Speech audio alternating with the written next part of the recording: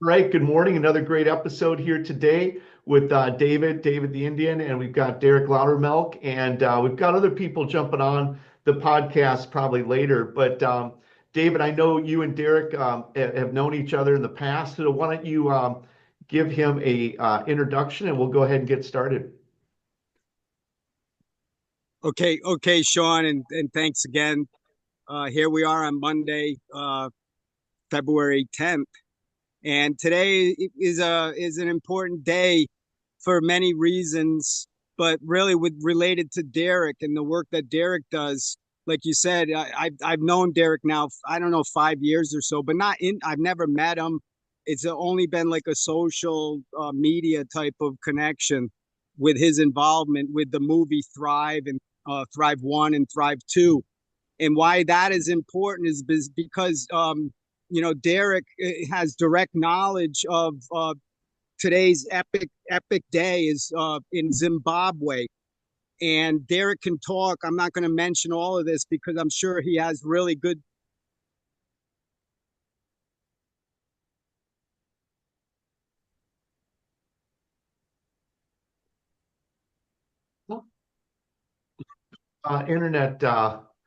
Internet from the island of Brazil. Good Joseph, how you doing? information, There you maybe not go. necessarily good news. And I'm going to let Derek even explain his experience. It's what come to. Yeah, I think I just got popped off. Am I still on here? You're back. Can you still hear me? Yeah. Yeah, you're back. Okay. Well, yeah, the communication. I just want to go ahead and let Derek mention what's going on today in Zimbabwe with Maxwell and with this invention and how that works with his passion and also his reporting and fact checking and also scientific work directly related to exact sciences. And so anyways, let Derek go ahead, Derek. Also with us today is Eric and also Joseph. So, Derek, the idea is we're going to have a dialogue a little bit. You can mention some of the current news that's happening. Hopefully, you are aware and more connected than we are. But I do have a couple of things that I can add that just happened this morning in South Africa and that area, Nigeria, and what have you. But go ahead, Derek. Oh, nice. Thank you, everyone. Yeah, thanks, David. Hey, hello everyone. Thanks for hosting, Sean. Um, yeah, so I host the Derek Loudermilk Show. It's a podcast that uh, in the last 5 years we've looked at the convergence between science, spirituality, and adventure. And I interviewed Foster Gamble on the show, and he had gone over to visit Maxwell Chikumbutso in person and tested his sort of large scale, home scale device that converts radio waves into electricity, and they had validated it in the movie, which is pretty profound if you watch it. Basically, the way that they validated it was he had a battery, like a generator battery, and then they were powering a bunch of devices, like devices, or perhaps they were powering, I can't remember exactly what they were powering, but something that drew a lot of electricity, so it would for sure drain the battery. And it turned out that while the battery was hooked up and these devices were running, the battery was actually charging as it was being used. So they found that there was more energy left in the battery after running it, which was pretty cool. That movie was created 10 years ago. So this inventor, Maxwell, has been at it for quite some time. And he was poisoned. He came to the States and was poisoned, and he sort of fell off the radar for a couple of years. And all of a sudden I saw this headline that he had um, partnered with the the government of Zimbabwe and some Chinese vehicle manufacturer that was supplying the bodies of the vehicles, and that he's going to be installing his converter device, radio frequency converter device, to power these vehicles. And that's super exciting because there's a difference between a guy showing you like I have this big huge thing behind my home that can charge a battery versus he's already built it into a vehicle and you can see a clear application. I searched around this morning. I was hoping that there would be like a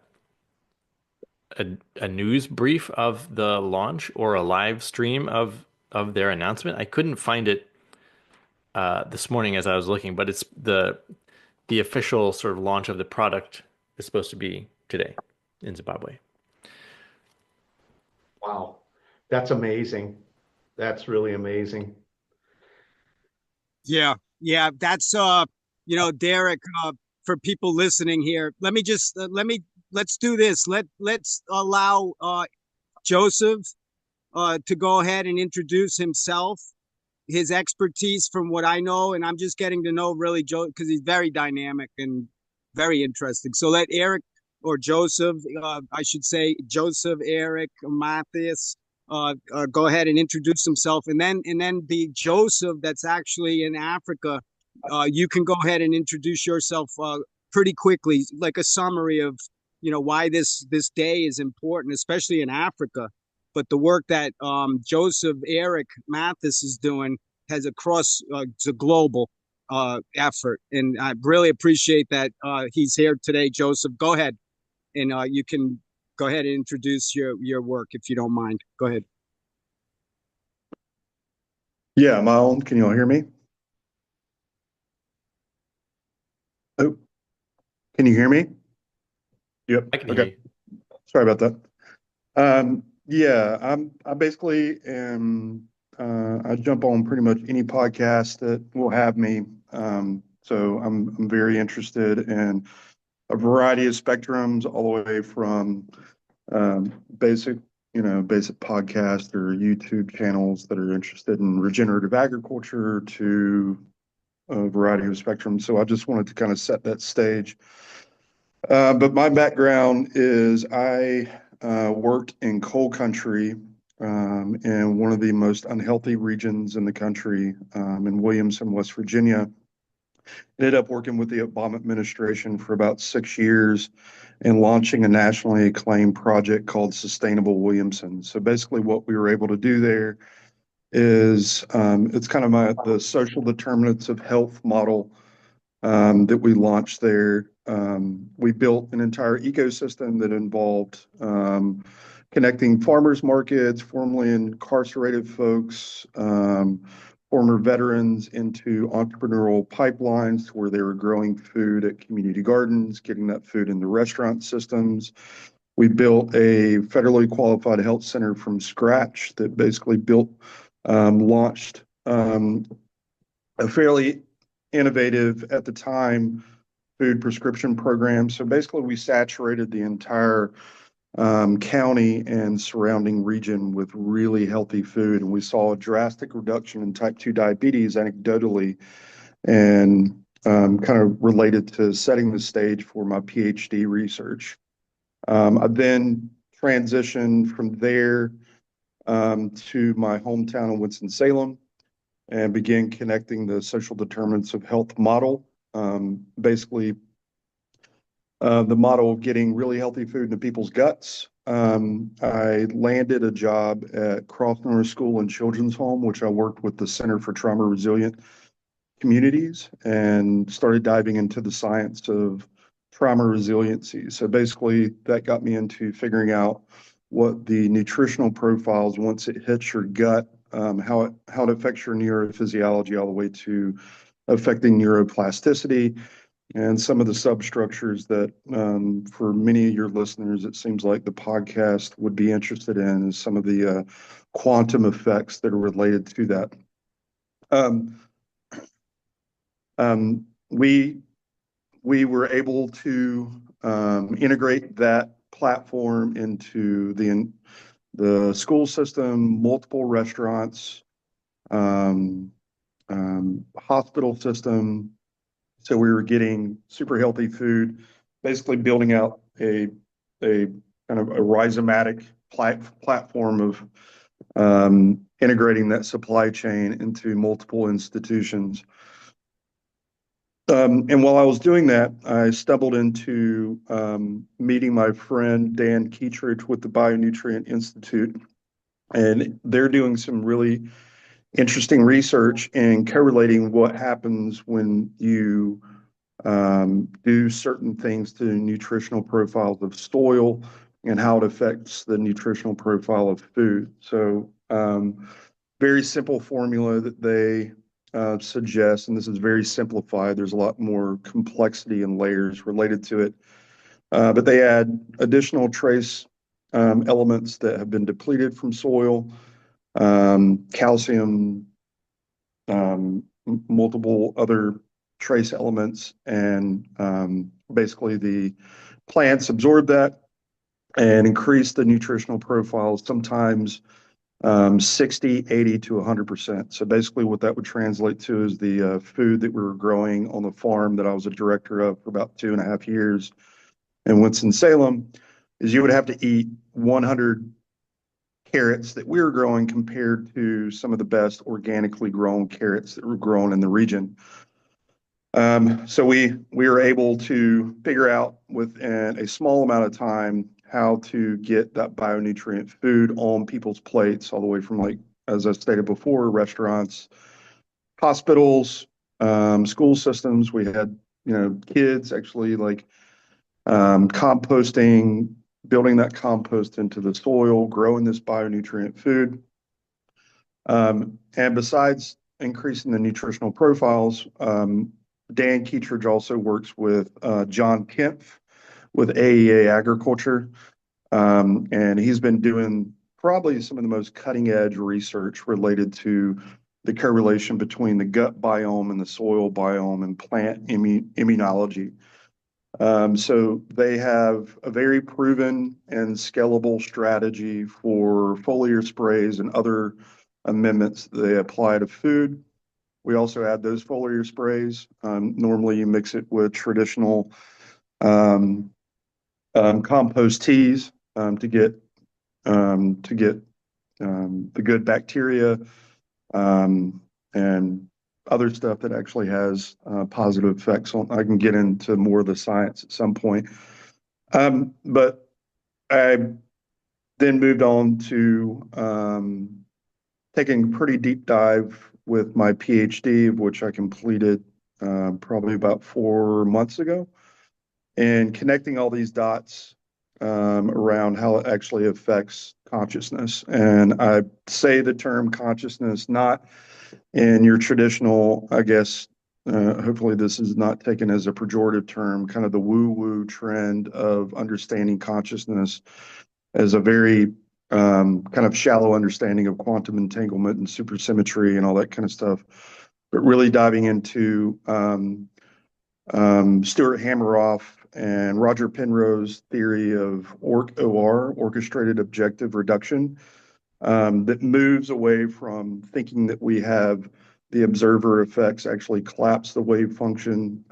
Actually, the wave function objectively collapses related to the space-time symmetries. I don't need to dive too much into the science of that. Roger Penrose and Stuart Hameroff explain that pretty extensively. And there was a recent research that empirically verified some of the substructures of your neural networks, particularly tryptophan networks, calcium channels, centrioles, which centrioles is the main focus of Stuart Hameroff's research. So I began kind of linking existing research to tracking what happens when that food with increased nutritional profiles, such as phytonutrients, polyphenols, B12, etc. What happens when it enters your gut and how it affects your neurophysiology, and when it actually lands around, in some cases, your myelin sheath. So cobalt is the primary atom that plants use to synthesize B12. So that lands on what's called the distill tip of your neurons, and actually has a role in the neuroplasticity and increasing it or decreasing it. Again, I can go into more of the details around that. But what interests me is how the bionutrient food and the nutritional profiles directly correlate to supporting some of the recent findings for empirically validating the OR model, the orchestrated objective reduction model. in terms of the way that they relate to the tryptophan networks and the centrioles specifically. So, like, polyphenols, for example, have a positive effect on the tau protein and the way that it actually tunes the centriole. That they play a role in a healthy cellular mitosis. So basically, all your cells basically replicate themselves based off of these substructures. And the OR model kind of takes it into the next step on correlating it to consciousness. So the final thing is I'm here today to kind of talk about my first book.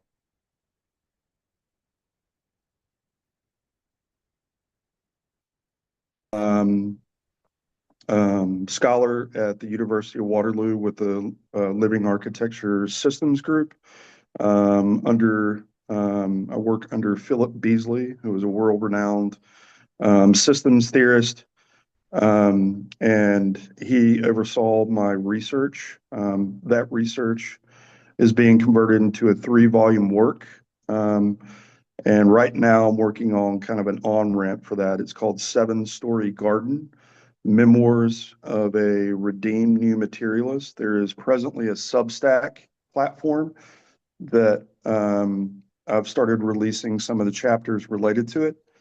But the primary focus of that, and then I'm done. Thanks for the introduction, affording me the time for the introduction. But the primary focus of that is my work really situates pretty deeply with Pope Francis' announcement of the artificial intelligence and peace last year, and their initiative for AI ethics. And most of my work, I'm now integrating a lot of my work around bionutrient food and garden-based STEM curriculum, science, technology, engineering, arts, and mathematics within these school systems.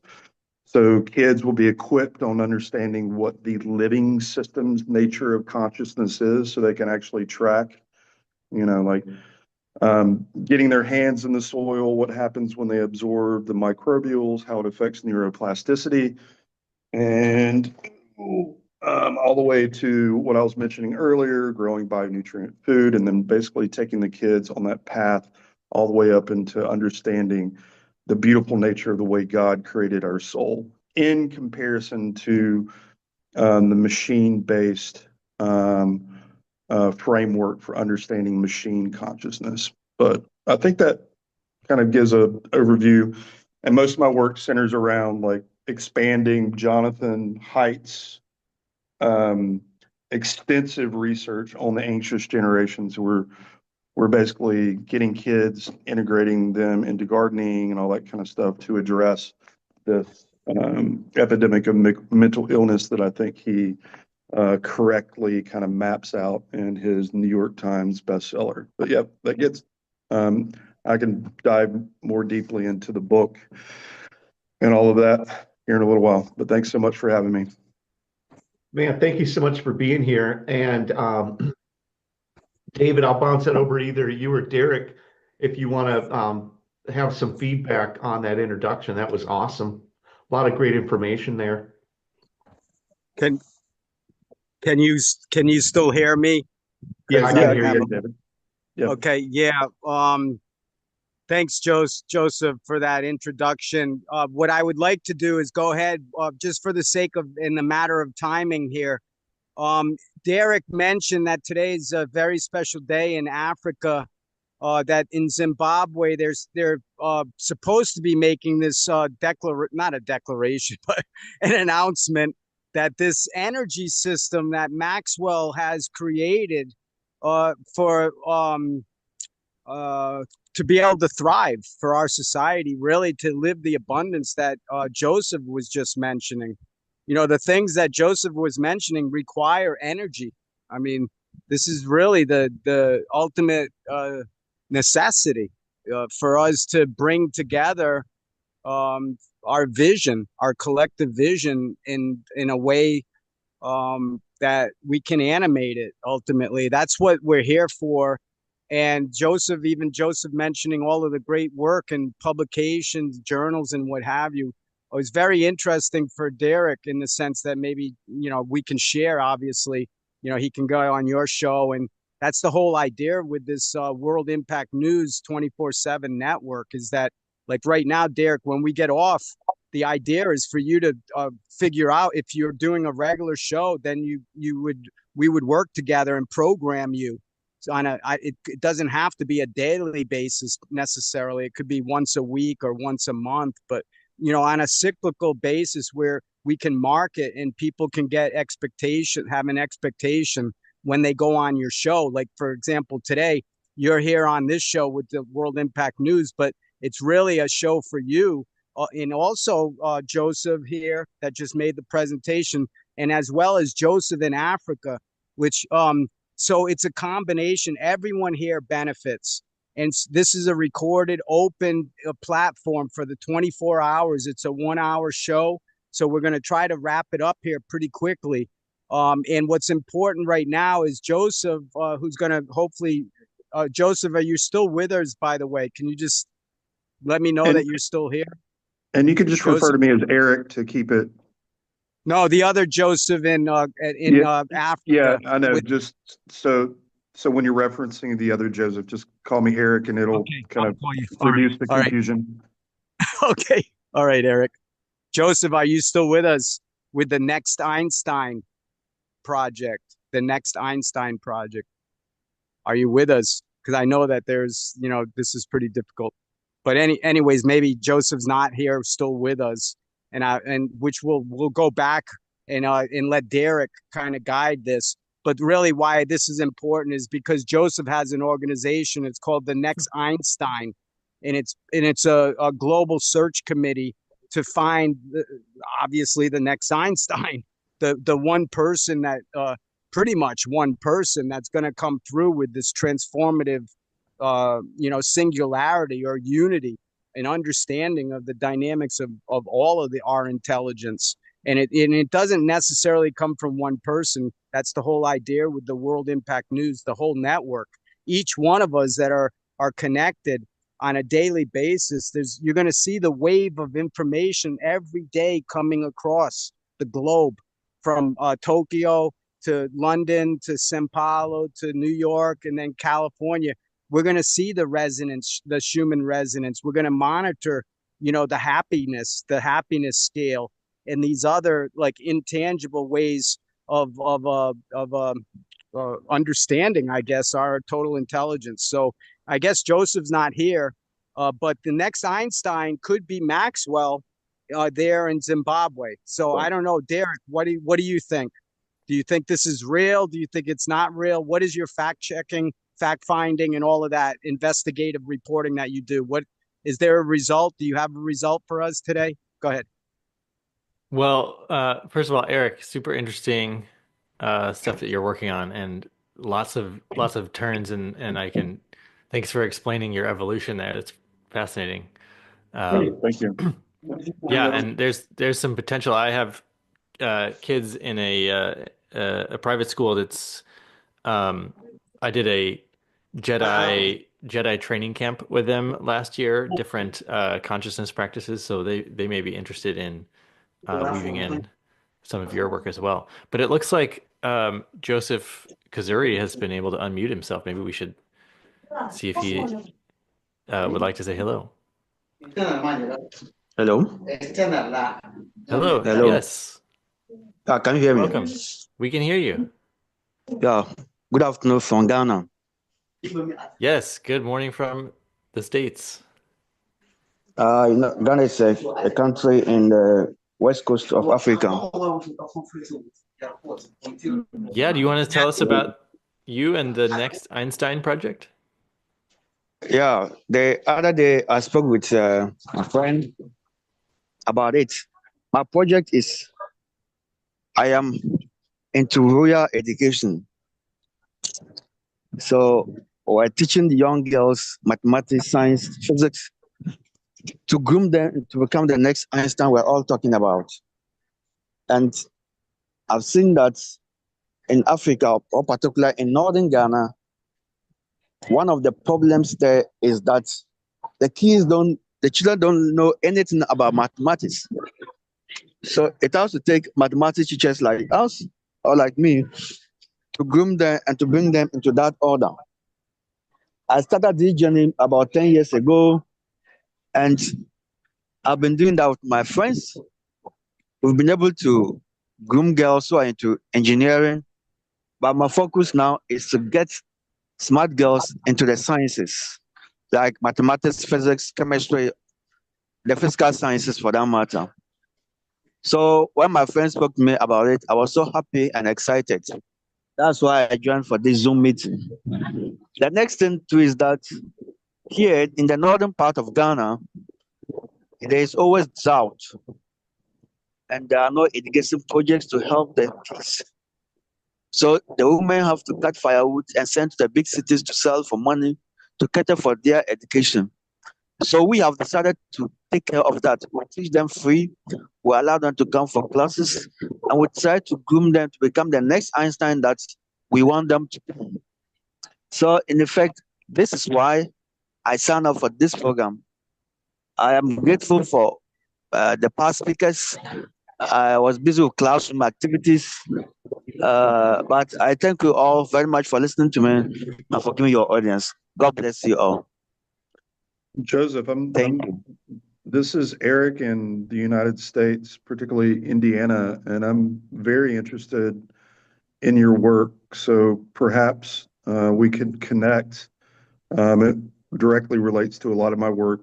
We're working with K through 12 kids and just basically integrating gardening, and then science, technology, engineering, arts, and math are built in through gardening.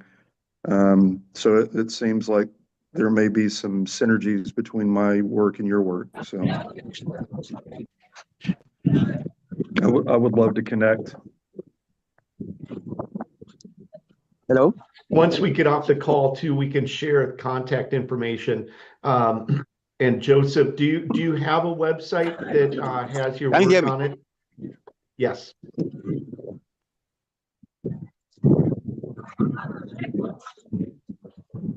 Okay, I'm in the real area, so the network is not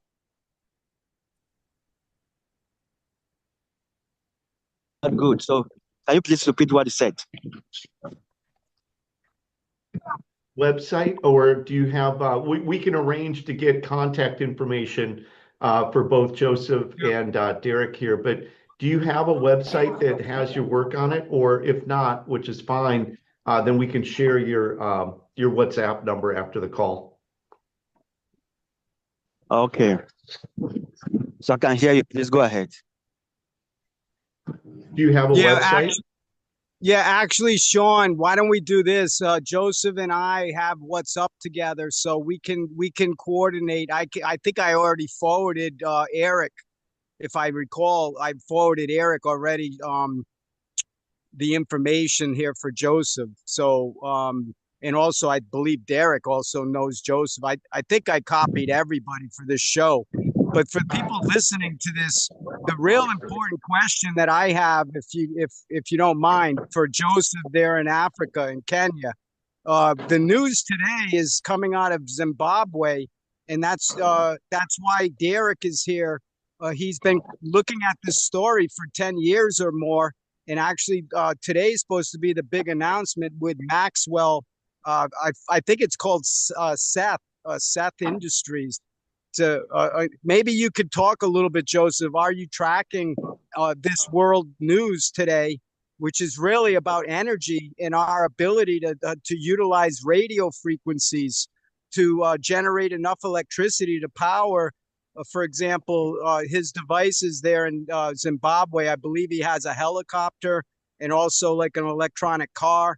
But for me, Joseph, maybe you can verify this. I'm getting contradictory information online, and also Derek, I don't know if you're getting this also, but people are saying Maxwell is a real con artist, and there's nothing behind his inventions. And also they found like evidence that he's using these existing technologies, and it's not like a radio. It's not what he says it is. So I don't know, Derek and Joseph, maybe Are both you of done? you guys want to go ahead and chime in. Go ahead. Thank you. You're Well, welcome. I've got a response and perhaps a discussion topic. I've read through some of the articles that the hit pieces, right, against him, and they don't really seem to be investigative journalism. They just seem to be sort of conjecture about what might be happening.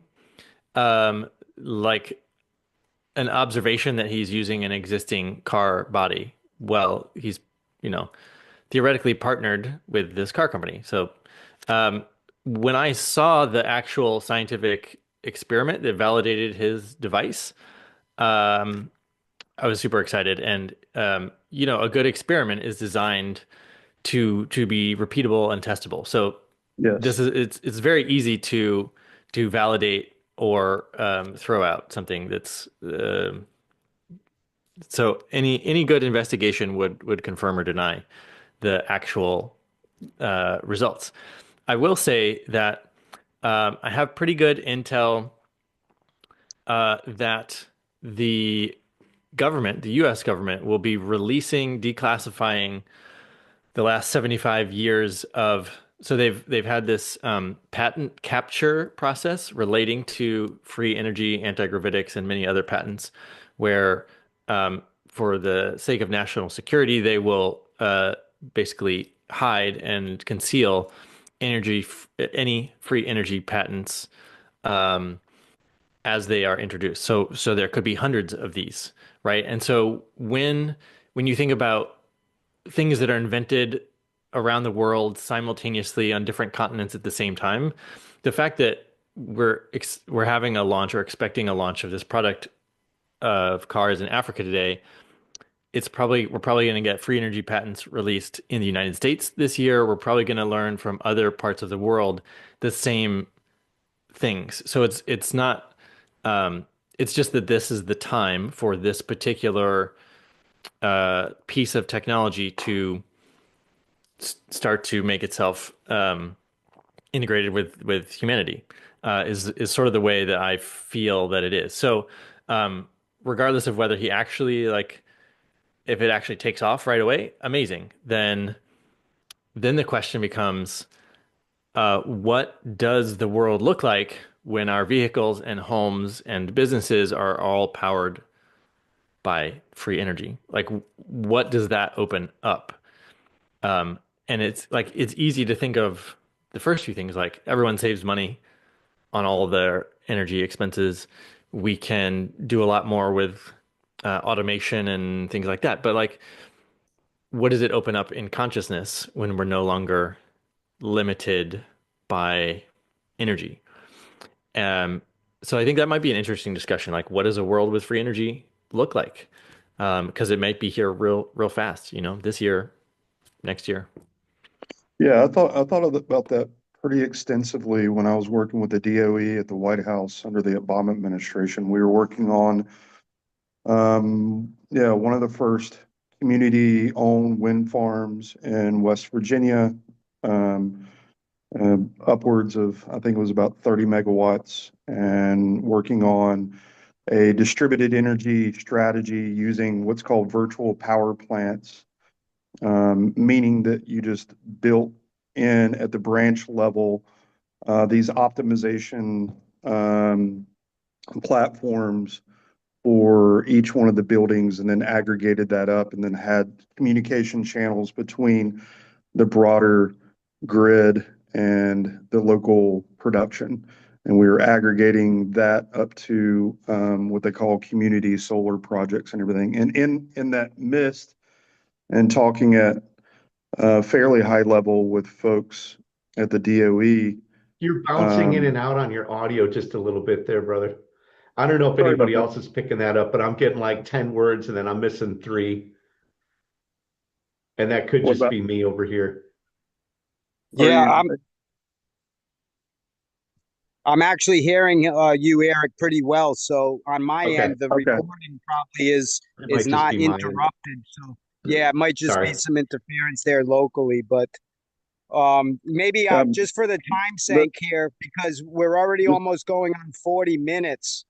Really, this is so interesting because each of you individually really it's justifiable for you to have at least 1 hour with a very targeted focus, not just who you are, but really what's your wish. What are the three wishes that each of you today have? And that's really what Sean and I, we during this World Impact News Network, the WIN Network, we are basically like a Make-A-Wish Foundation, foundation, not a foundation, a Make-A-Wish Foundation. And so today, all three of you, maybe we can kind of wrap it up. If you have three wishes today, each for yourself, whether it's a personal or an organizational thing, maybe each of you can just say what those three wishes are. If you can go ahead, and if you do need more time, we can discuss that maybe on a 1 hour episode actually and focus on those three wishes. Okay, go ahead. Actually, Yeah, Eric, really and quickly, just to finish because we got 25 minutes, so I still want to talk about your projects and I want to interact and have some questions. And almost every one of our episodes goes late, so I do want to try to get some more interaction before we can get to that too, by all means. Sorry. No, but I mean, to address Derek's question, so I took a deep dive in terms of like, one, thinking about your question of free energy, and two, some of the available technologies. And one thing that I hung my hat on is thorium technologies, which is a almost completely clean approach to nuclear power. I don't think it was Martin Jenkins, a gentleman by the name of Martin. He was an energy writer, wrote a book around thorium energy at the time. But just to address your question, Derek, I've thought pretty extensively about what happens and looking at the economics behind it as well, is that shift in consciousness. There'll also be an associated shift in the material. So, I mean, like, zero cost energy can have detrimental effects on the economy. And I'm not saying that in a way of being, negative Nancy in terms of the potential of it coming down the pipeline, but there's some very, very real concerns in that many like economists looking at that scenario have considered. So yeah, I just wanted to put that out there. But yeah, I can jump into my three wishes at some point. And Derek, I would love to look at that research.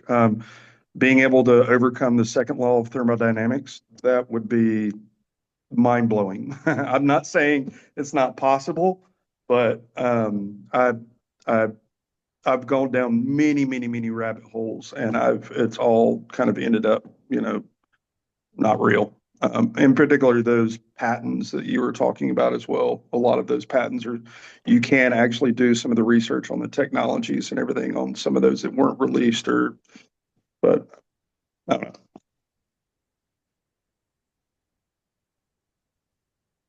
I'm not saying no. I'm completely open. Like, it's just, as from a scientific perspective, it's like overcoming that hurdle.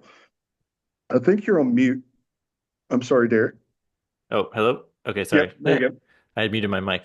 Yeah, when I was talking to Foster, he said he had talked to 600 free energy inventors over 15 years or so, and he was only able to validate 20 of them.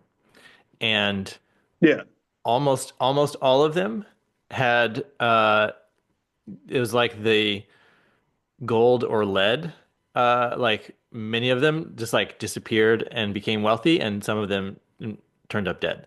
So it was like all the ones who had effective devices essentially were taken out of the game either through a payoff or some tragic, mysterious accident.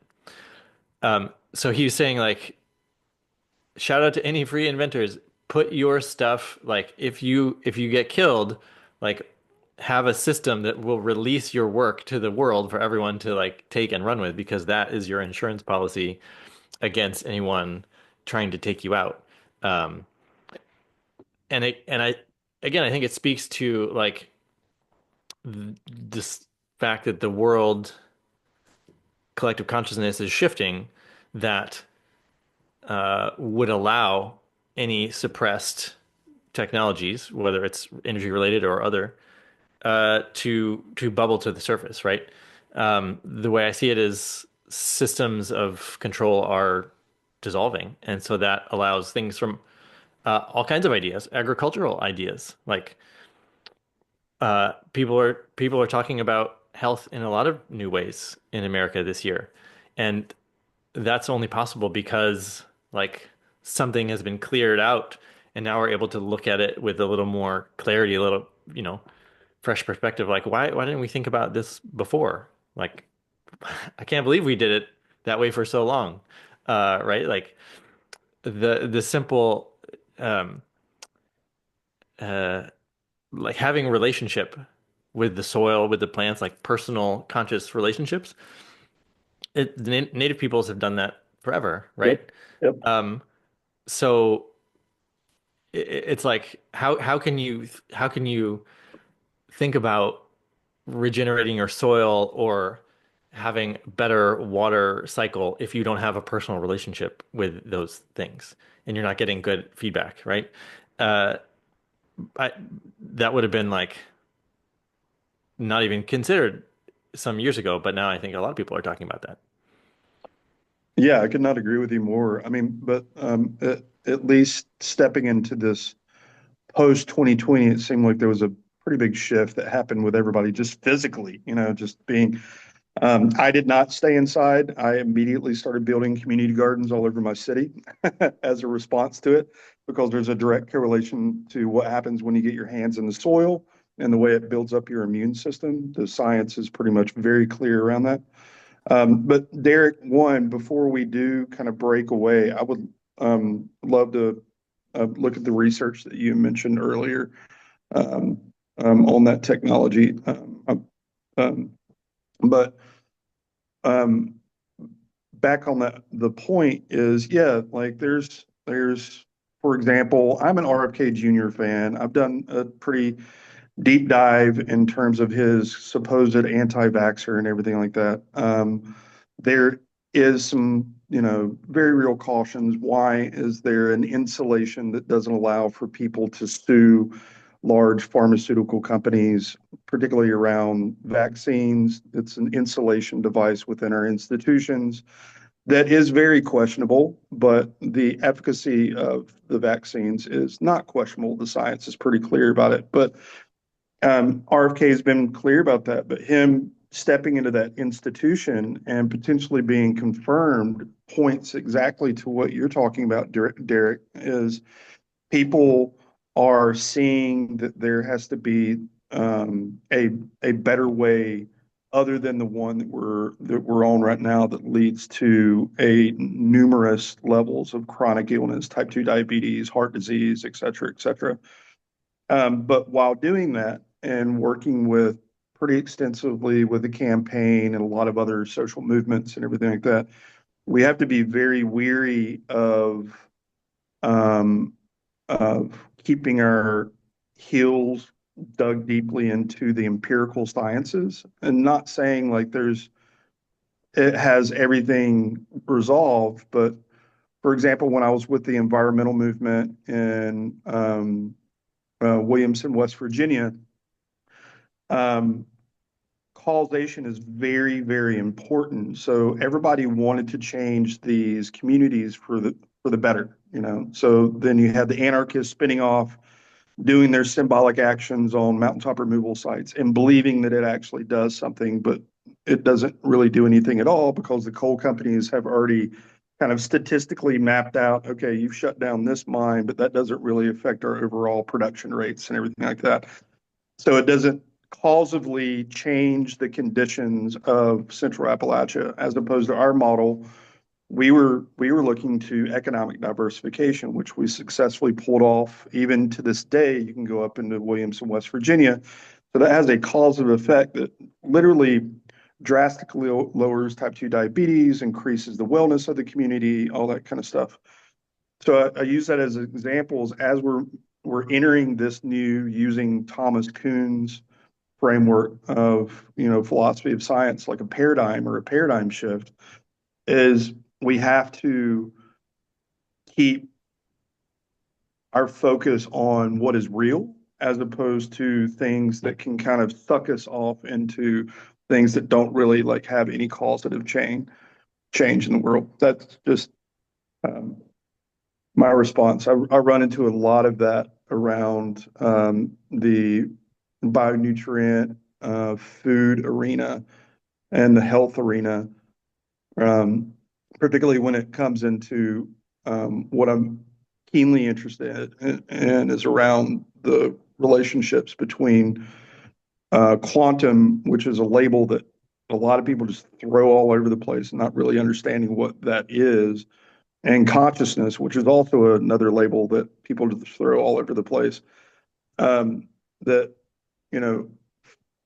for example, the recent discovery of gravitational waves last year, arguably filling that gap on the standard model of physics. We've already mapped out within the standard model of physics all the forces except for gravity, and that's one of the key components in Roger Penrose's model for consciousness, for orchestrated objective reduction framework. And at least my research that I'm releasing on my platform, and I put the link in the, we got to be very careful in that arena because we can get sucked off into all kinds of stuff that's not real. And I'll shut up. I tend to pontificate too much sometimes. Sorry, Derek. Oh, you're good, brother. You're totally good. I just want to throw this out there. I don't know if either one of you are familiar with the work of Dan Winter. Dan is a former IBM physicist, just an extremely highly intelligent guy. He's got one of the most amazing YouTube channels you'll ever watch. And Dan is really understands consciousness from a very scientific perspective. And one of the things that Dan gets into is plasma energy. And Derek, you talked earlier about indigenous people, but basically the soil and the ground actually becomes a live and intelligent plasma energy field. And as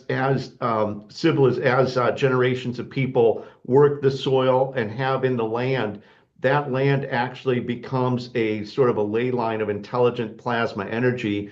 And the Native Americans would actually sing songs to germinate corn. And it gets into Aboriginal things where they're able to steer streams and rivers, and they're so connected with the land that they also generate plasma energy fields that bring rain and all those different things. And Dan does it from a perspective of physics. Dan's not he's not the kind of guy that's going to talk about anything that's not 100% science and physics. And Dan's actually become a good friend of mine, and he's got other technology that I work with. But the other thing, Eric, I was going to throw at you, and I'm not sure if you're familiar, is plasma energy water, where you basically generate plasma energy in the water. And when you water the crops, Dan's created an invention that basically instills plasma energy into the water, but you get about 20% higher crop yields when you're using plasma energy. And then Dan has also got technology that can track the frequencies coming from trees and plants and show that they're actually conscious living entities, and that they can actually, you can throw really positive things at them and get really good frequency sets from them. They have an app called Flame and Mind, and also Flame and Sound. It's all one word, where you can actually go in and track the frequencies coming off the trees. One of the experiments was holding a lighter up to a tree and getting ready to light a flame on the tree, and the tree would get all agitated and freak out. And then the other thing about throwing positive music. But one last thing I'll throw out there is that with things like grasshoppers and bugs and things that can be determined to be sometimes not good, they actually have the ability, when they fly over a field, to determine the energy fields of the crops. And their goal and their mission is to basically eat and destroy the plants that have low energy, and recycle those back into compost. So what they found is that when you were putting plasma energy and the force or the field of energy coming off the plants was much healthier, they attracted a lot less bugs that were detrimental to some of the things that they would use pesticides for. So, and I could, Dan's work, he's available. I can give you his information. He would love to talk to you about this. He's one of the greatest people, when it comes to just educational, and his knowledge and information is just so vast, but there might be some things there that, that you might find useful, or you definitely, if you get on his channel, would really find some very interesting work that he's done there. Super cool. The first part of that was directed towards Derek, so I wanted to step back, and then I can dive into some of Dan Winter's stuff. Yep. Yeah, I mean, I think because I come from a scientific background, sort of a materialist background, but I've seen enough miracles. Part of my work was an 8-year metaphysical quest where I went around the world and met saints and gurus and holy men and shamans, and I've seen quite a bit of miracles. And so the concept of what is sort of real or fixed, I've seen a lot of things that shouldn't be real, but because I have direct firsthand experience of them, I think uh, third dimensional science is, you can have your evidence-based models for like how things in this particular plane of existence, like on Earth, are structured, but I don't think that you could assume that's consistent everywhere in all parts of the universe in all dimensions. And I think there's a lot more interplay between, let's say, universes, timelines, dimensions, and the third dimensional Earth plane than we would than has been in the last 200 years, sort of like considered in a scientific model. So I think when you have like direct empirical, like, oh, here's what we're doing with the soil, here's how it impacts people's health, here's how it, like those things are very helpful for like implementing actions.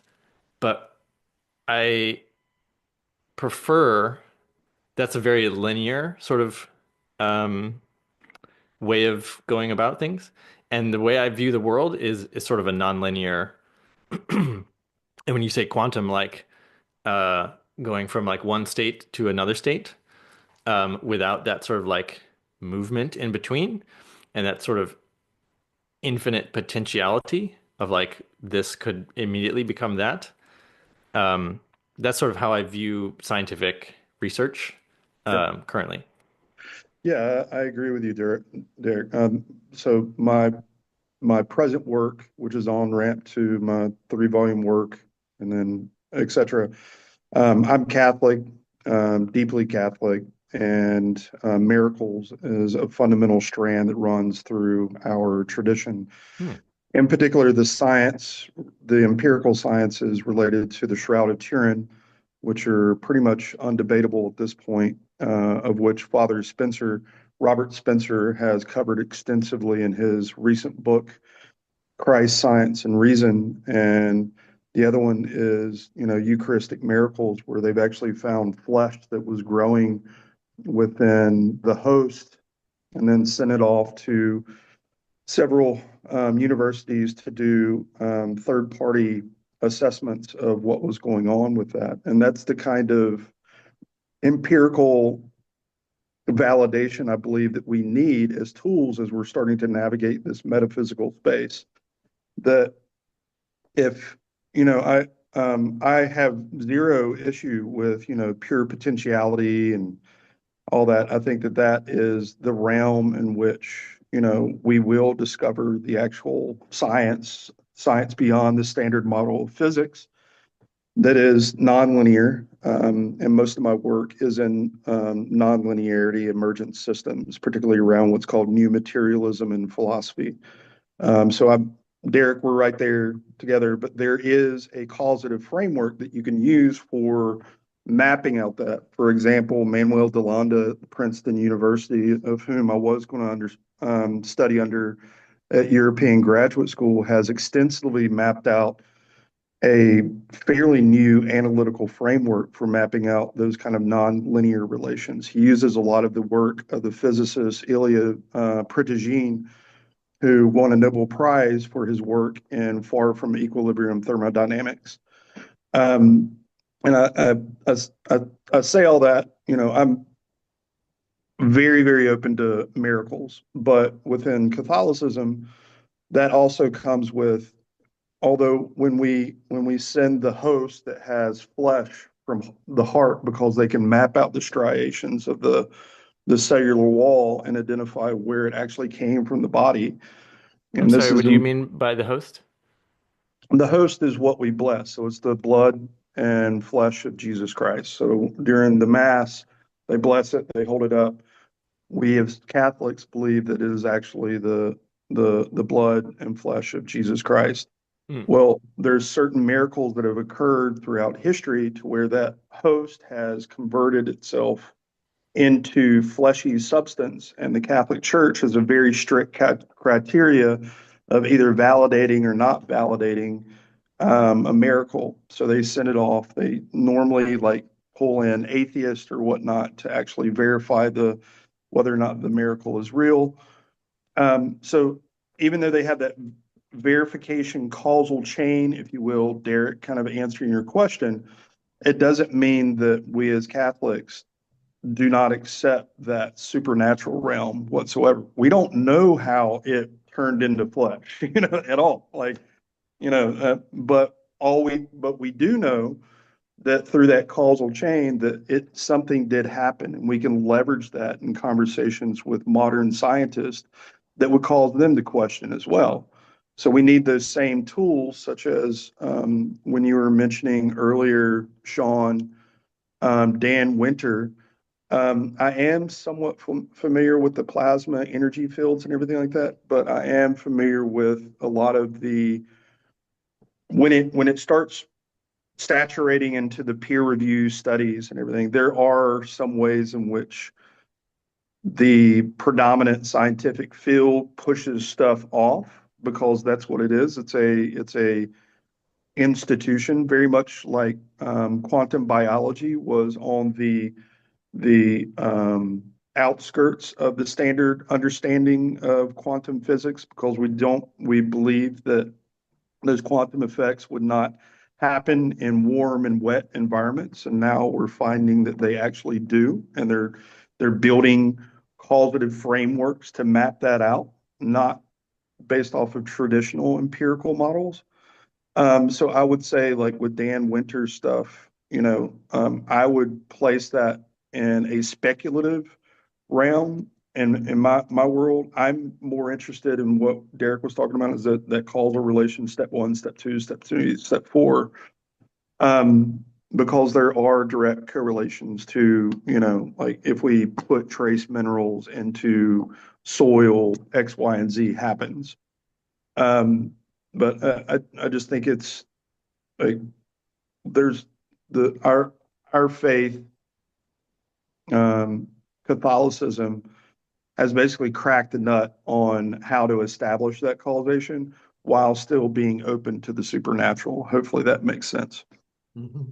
Yeah, I think probably um once we find out, right, that all these flying crafts and have like folks from other places, once they land and we're talking with them and they can share their physics with us, that like a lot of miraculous things they can easily explain with a causal model, and it's just like an expanded understanding of the laws of the universe. So I fully expect like all miraculous things to eventually be simplified into, a science. Yeah, and there's some good philosophical explorations of that. For example, the work of Henry Bergson, who dealt pretty extensively with what he calls elan vital, a vital energy. And he wasn't a part of the traditional vitalist movement, which kind of died away because of the unscientific nature of what he was doing. And the reason why Bergson's philosophical framework for understanding consciousness has lasted so long is it's proven to be true as we enter more and more into the quantum realm, especially when you start reading Henry Bergson in communication with Alfred North Whitehead's work on process and reality, is they were dealing conceptually way ahead of their time and mapping out that conceptual framework of the very paradigm that we're entering right now around um, the new physics, which most people are agreeing now that the new physics, since we started measuring gravitational waves, which is probably the most subtle energy in the universe. So, that within the Vedic tradition, they would call it subtle energy, but now we're starting to quantify it in some ways with very, very sensitive instruments such as the pulsar timing array and the LIGO array that actually were able to pick up on that subtle energy. And a lot of my work, um, although appreciative of the Vedic traditions and everything, because I'm very interspiritual in the tradition of Thomas Merton and that communication between all of it. Although I appreciate that those intuitions were picking up on something that was in fact potentially true, now I can't, I get really, really excited on the scientific of like, well, what if they were just intuitively sensing literally like gravitational waves that are permeated throughout the entire cosmos? And it's that science, I think, if you sit down and talk with your aliens, or I sit down and talk with my Lord, Jesus Christ, and ask him, or you're asking them, like, well, what is the physics? I think the response that I would have with um, Jesus would be exactly what you're saying is like, yeah, there's a physics to all this. You're just understanding a small spectrum of a much larger spectrum. So he may lean in and say, well, when I was performing a miracle and took some mud and put it on that guy's eyes, and then a blind man's eyes, and then he was able to see, he was just taking the material matter all the way back to the singularity of the entire cosmos, reforming it and everything like that, to where he literally had brand spanking new eyeballs. Like, and that may sound out there for some folks. But I'm seeing hints of that within, like um, the quantum vacuum, to where you got virtual particles and the virtual particles disappear. Well, I believe they disappear and they're basically assessing on an infinite level all potential forms and then bringing that back up into the virtual particle that eventually becomes classical physics and everything. So, like, we're literally on the edge of that metaphysical plane right now. I just think we have to be very careful where we drive this car so we don't get too lost in um, things that aren't real. Yeah, well, let's bring the whole loop back because driving this car is a great phrase because um, that guy Maxwell, the inventor, he basically said in a couple interviews, like these aren't my ideas. Like God just drops them in, and then I go and build it. And a lot of inventors have operated under that sort of guidance, where they can get so far with their own expertise and like physical skill or academic training, and then the leap, the eureka moment comes from an outside source, right? It's like a gift of like here's how you continue this invention or this whatever it is, and that's pretty exciting. And uh, it's like the concepts that need to be delivered to humanity get dropped into the people who are able to facilitate their like coming from the plane of thought into the plane of actual like physical reality. So it's super cool to think about that process of like how do things become real, Yeah, solid. actualized. Yeah. And I don't want to be beating a dead horse, but a perfect example, I came from the charismatic movement within Christianity before I jumped over to Catholicism. And I think, to use a very concrete example where we should be very weary is I too have those kind of eureka moments and believe that in many cases those are real, but um, St. Paul tells us to kind of always test the spirits until it actually is, kind of verified. And I think a part of that is science.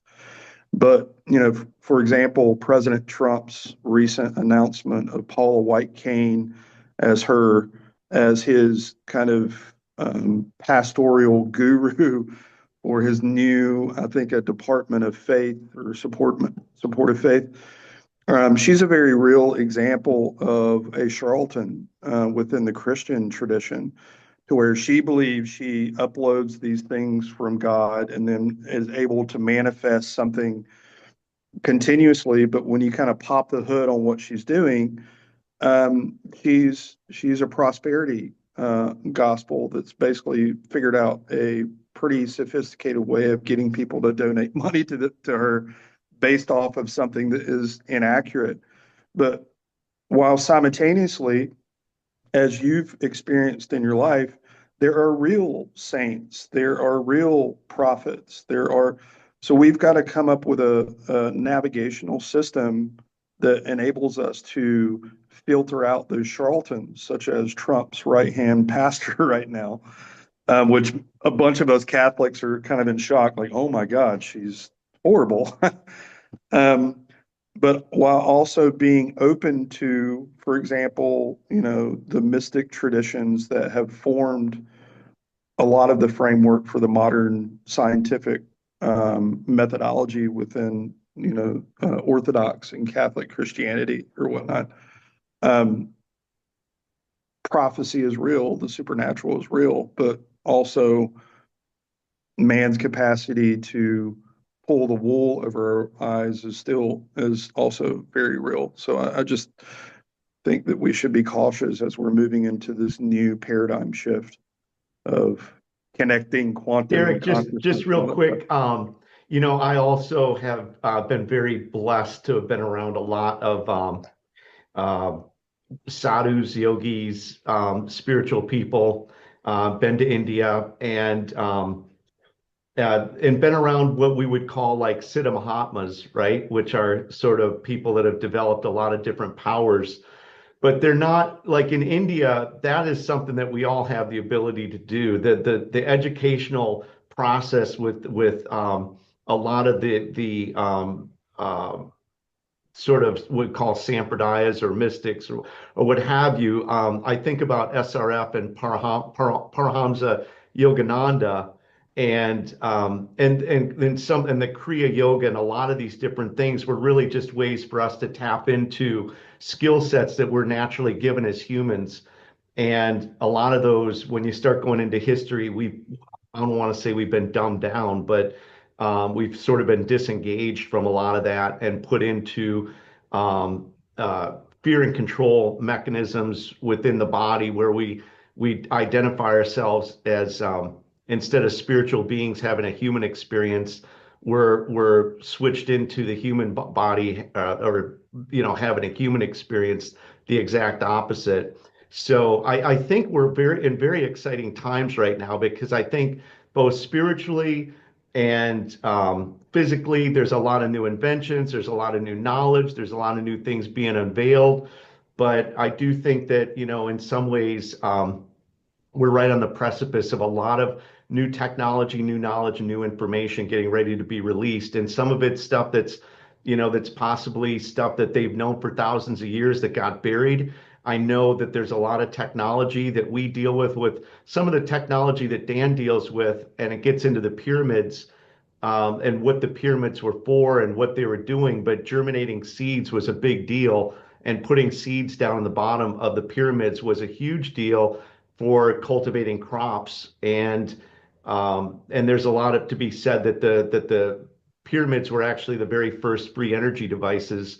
And there's a lot of information on those all being put into ley lines and that whole history. But I think that we're about to see that there was people in the past that were super highly intelligent that might have known this, and then for whatever reason we kind of lose a lot of that technology. I know also, and I'll finish off with this, that I just saw another video where there's 68-ton stones in one of these temples that are about 60, 70 feet long, perfectly cut, and somehow they were able to lift those stones up, stack them, pack them, and stones up in areas in mountains where it would almost be impossible even to this day to do that and replicate that. So clearly there's something out there that's been in the past that was, where the science and the physics and everything, they were very, very, very skilled and had a lot of technology that we're still in many ways trying to catch up to. So with that being said, I want to throw that back to you guys, and then let's finish up with the three wishes, and maybe then we can wrap up this episode.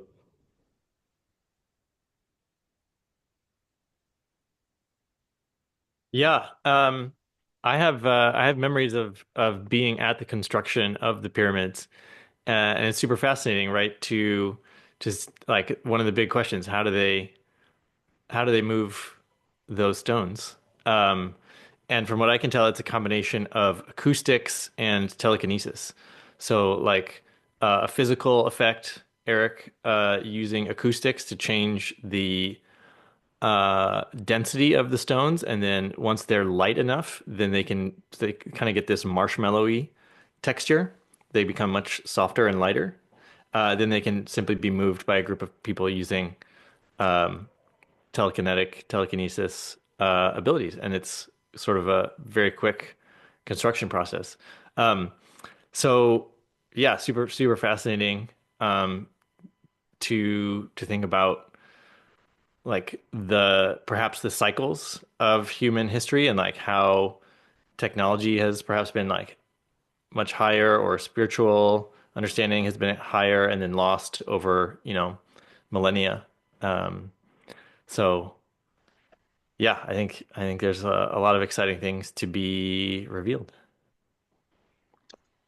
Yeah, and along those, I'll let kind of my book speak for itself. Sean, did you get the link that I sent um, regarding the seven-story garden memoirs of the redeemed new materialist, the platform?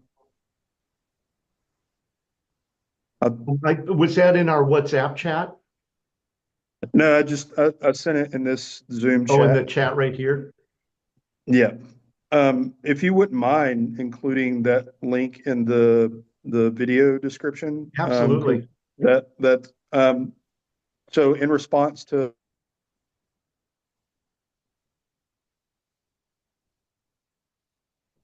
resonance fields, all that kind of stuff, I kind of couple that right into, and definitely want to encourage y'all to read one of the most influential philosophers of our time, Gilles Deleuze, who is a French philosopher and friend with Michel Foucault.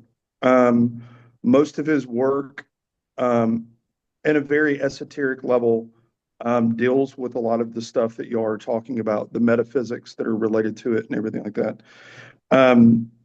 I deal with at length and clearly define my work's position with Gilles Deleuze and his work. But yeah, I mean, he leaves open for discussion what he calls the ancient ones and the science that was related to it. And I think he would, at least in my research, mapping out his genealogical connections to such phenomenon historically, particularly with the pyramids and the Egyptians and all that kind of stuff.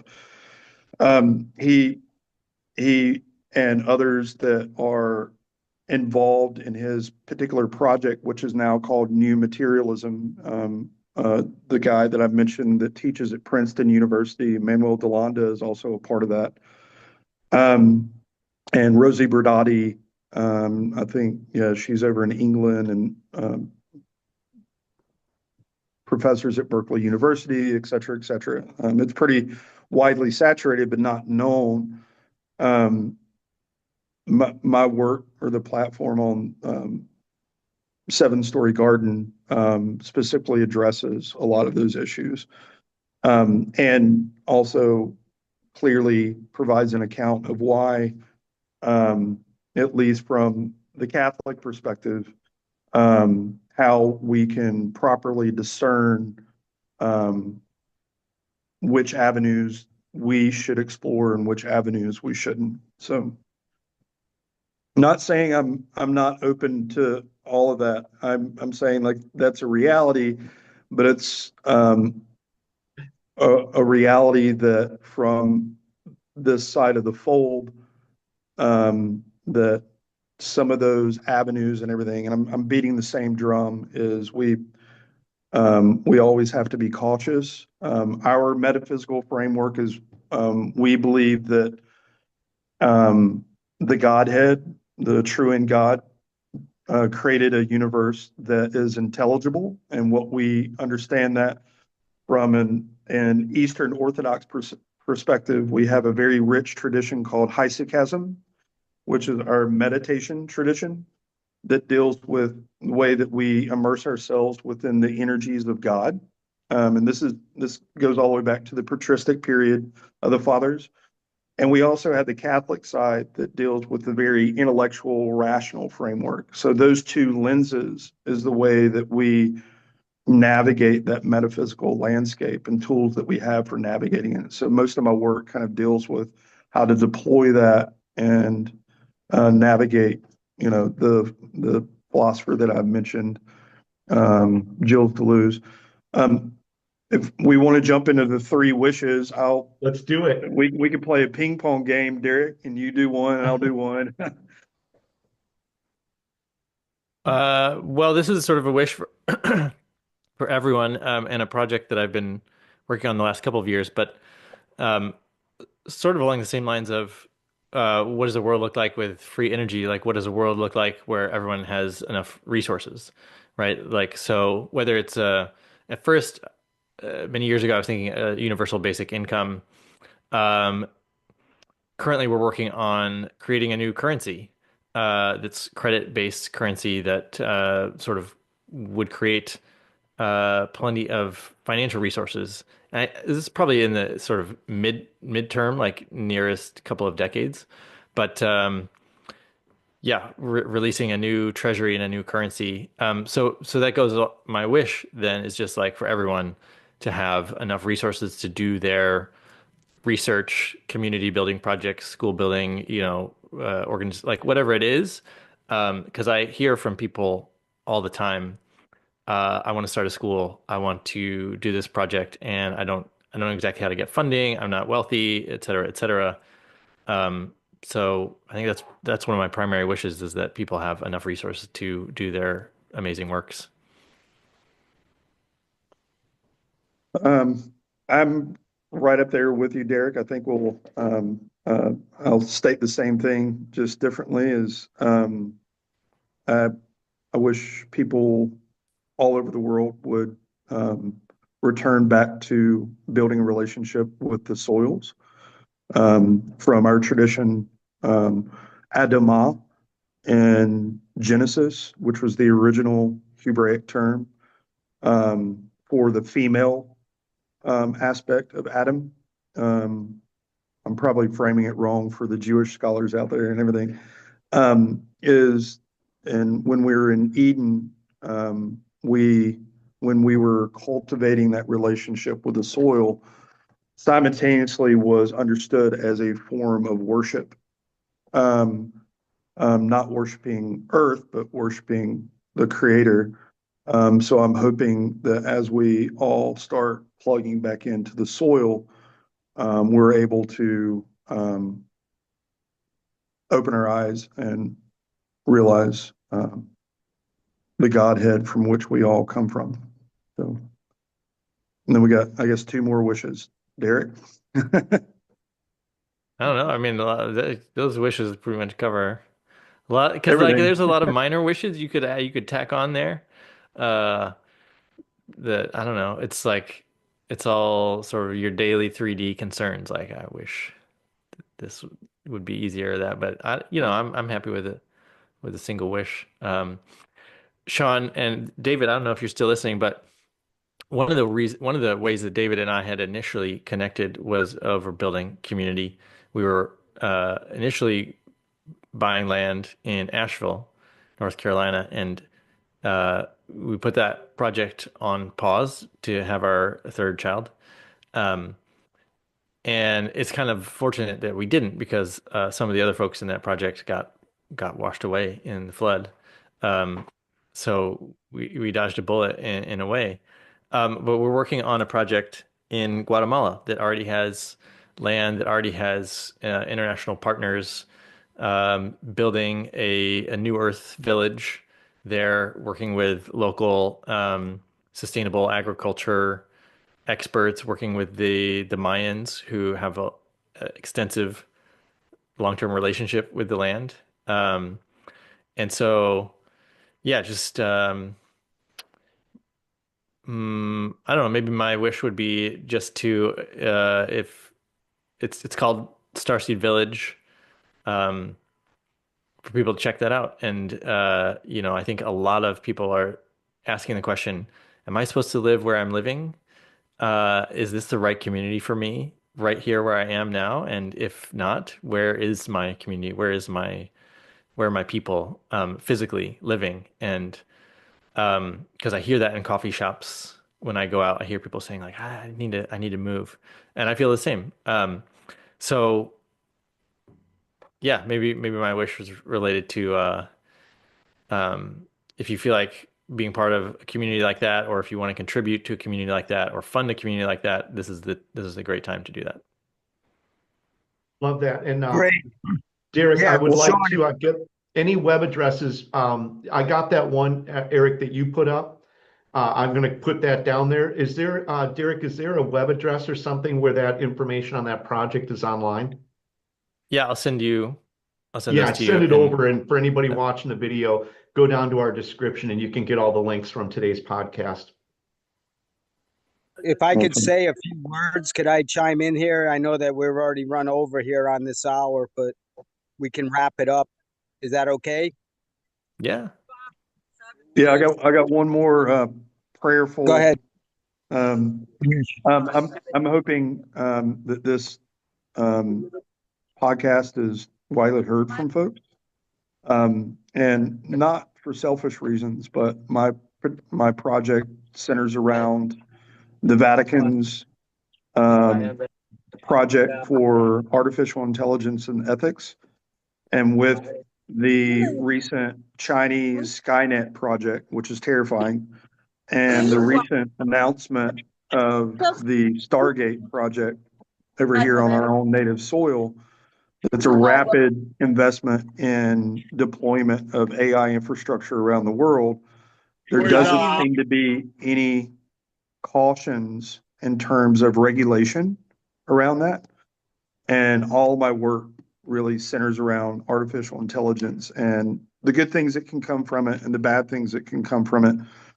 So I'm hoping that people are able to kind of land on my platform for the 7-story garden.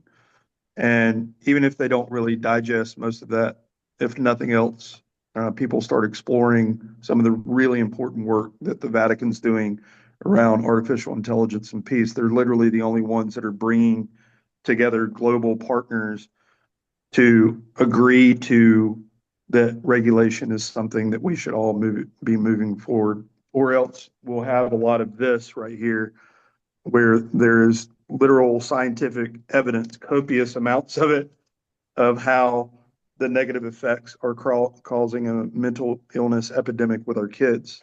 And if we don't begin to properly frame AI and regulate it, we're going to see worse conditions coming out rather than better conditions that I think that we can all agree on. Mm-hmm. Yeah, let me just chime in for a second here, just to do a little bit of housekeeping, and also I want to thank both Joseph, Eric, and also Derek for being here today. And I don't know if you can hear, but in the back. David, you're muted. You accidentally muted yourself, David.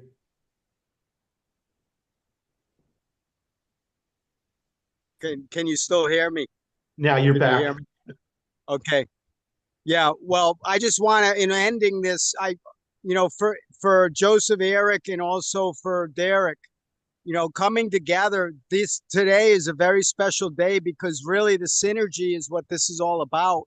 And actually, I believe this is like the 16th episode. It hasn't been every day like we've been proposing a 24/7, 365 programming, but we've tried to do the best, Sean, and everyone's really volunteering right now and doing a time bank. So as people invest more and more time and they become more and more aware of what we're doing here, then we can really team up and together we achieve more. So that's the whole idea with this podcast, this World Impact News. So for each of you, and also Joseph, who was on earlier, and others that are listening, that 1 hour, that 60 minutes can be your 60 minutes. You can actually have your own platform. It can be whatever based. If it is like a religious base, so be it. If you're going to, cite scripture or ancient text or the pyramids or whatever, cite it. That's the whole idea with the blockchain and the open shared network that we have.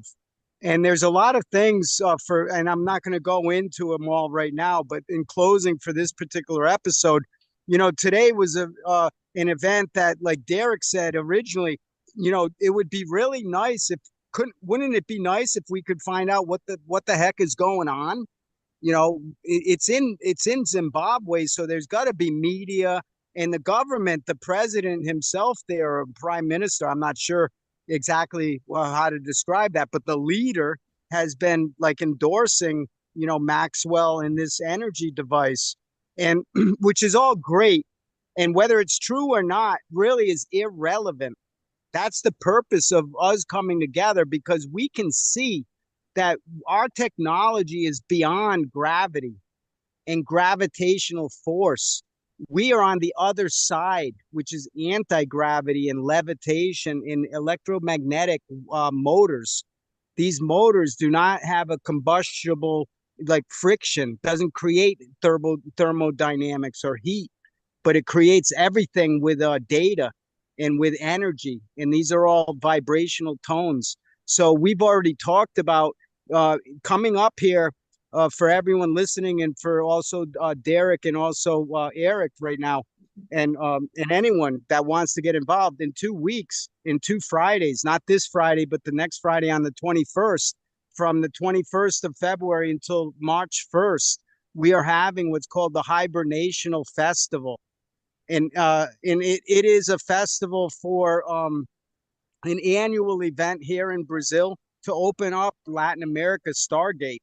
And I know that Eric mentioned, and maybe people didn't listen to that, but when he said Stargate, this just happened. I think OpenAI got 620 billion US dollars. I don't know exactly, but I don't know exactly how all of that works. It's a lot of money, but the point is that this subject of AI and natural intelligence and consciousness, and the things that Joseph Eric Mathis and also Derek gets involved with fact finding and fact checking and also journalism. That's where this all comes together.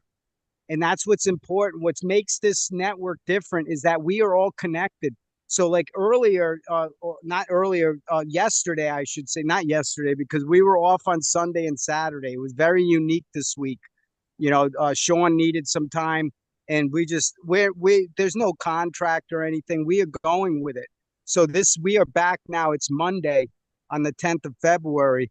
And so I don't want to continue, but this is really important. This event coming up, both of you gentlemen, and any ladies or anybody else, nonprofits or institutions, universities, scholars, book writers, filmmakers, music artists, anybody, poets, comedians, anybody that would like to be involved with Hibernation Festival. It is a virtual platform, but it's also physical. So you can actually come here. And for that 8 days, you can see our community come out of hibernation and actually waking up. And we can measure these things. That's the important thing. We are trying to work with, like Derek, for scientific mathematics, engineering, the STEM, the science, technology, engineering, mathematics, education. So we can empower everybody to have a basic common sense, of the world we live in. But that is not such an easy thing to do. I'm not going to go into those dynamics. But if you go back, everyone listening here, and also Derek, and also Joseph, Eric, and even Sean, and even me, if we go back occasionally and listen to some of these time capsules or time stamps of what we're talking about, you can see our evolution and ascension and our conscious awareness of each other. That's the point. It's not of ourselves. I mean, I know Derek now for quite a while, and obviously Joseph, Eric, he's very intelligent, along with Sean and everyone, Riley, and anyone listening to this. That's what we have. We do have intelligence, and we know we can smell when it's all bullshit. And so right now, today, in ending this, I don't know. There's a controversy now. Is Maxwell real, or is this bullshit? So let me end with that. If we don't solve it in this episode, we'll have another edition. But go ahead if you would like. Go ahead, Derek. Maybe you can wrap it up, and then Eric, James, Joseph. Go ahead. Bye-bye. Thanks, David. Thanks, Yeah, David. you can. I'll just point to people where people can interact with me. My website is derekloudermilk.com. I'm Derek Loudermilk on YouTube and Spotify. That's the name of my show. And yeah, great to meet you guys. Thanks for having me. Thanks for jumping on today. Greatly appreciate it. Yeah, thanks everybody. Great meeting you. And that's one of the reasons David hit the nail on the head for why I felt comfortable jumping onto this this platform is your openness, and I want to deeply I deeply appreciate it. And David actually acted out why it was so comfortable for me to jump on here. Is he just openly kind of pushed back and stating like, well, is this energy device bullshit or not? It's those kind of dialogues that we need to have to where like I didn't see Derek get offended at all in that statement. Just as, like some of the things that you all stated, I may not agree with and would have to dig a lot deeper into, such as the sciences around the pyramid and everything. But that doesn't mean that we can't have a dialogue. And I think that that's the stage that we're moving into. Is it was so vitriolic pre-2020 and still is in many ways. But I'm also seeing crack and fissures where we can have conversations where it's okay for Derek to push back and Derek, I didn't feel any negativeness at all, but you were kind of reframing the traditional empirical causal framework and everything like that. That's productive. That's fruitful. That's a part of open dialogues. That's how science happens in many ways.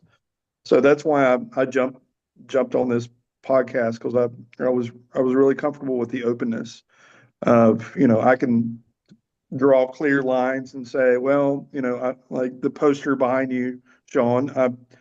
A lot of my research, I really tried, and I don't buy into the chakra system, but that's okay for me to say, and I'm pretty sure it doesn't offend you, and I wouldn't get offended if you said, well, I do believe in it.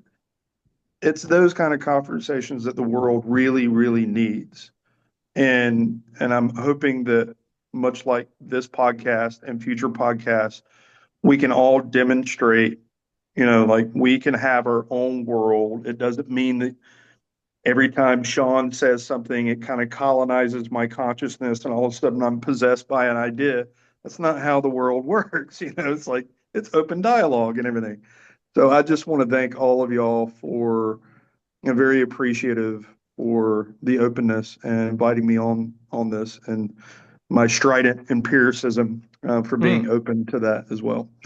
I love that. And, both of you guys, I mean, in a future time, whenever you're free, like David was saying earlier, deserve your own podcast, because the amount of work and the amount of information that you have, you can't really encapsulate it just in an hour or 2 hours. And there's some phenomenal work. We hit on some amazing subjects, some really exciting stuff. So thank you so much for taking the time to jump on today. I greatly appreciate it. I will send links out. If you have anything you want me to put in the description, I'll go back to the podcast, but I'll put all that down there for anybody that was on today. And thank you for the great work that you're doing and all the contributions that you're making, and for your time today. And we'll look forward to catching up with you again soon. Thanks, everybody. Derek, it was great meeting you. Likewise. And Sean, you as well. Thank you, Sean. Take care. Thank you so much. Have an awesome day.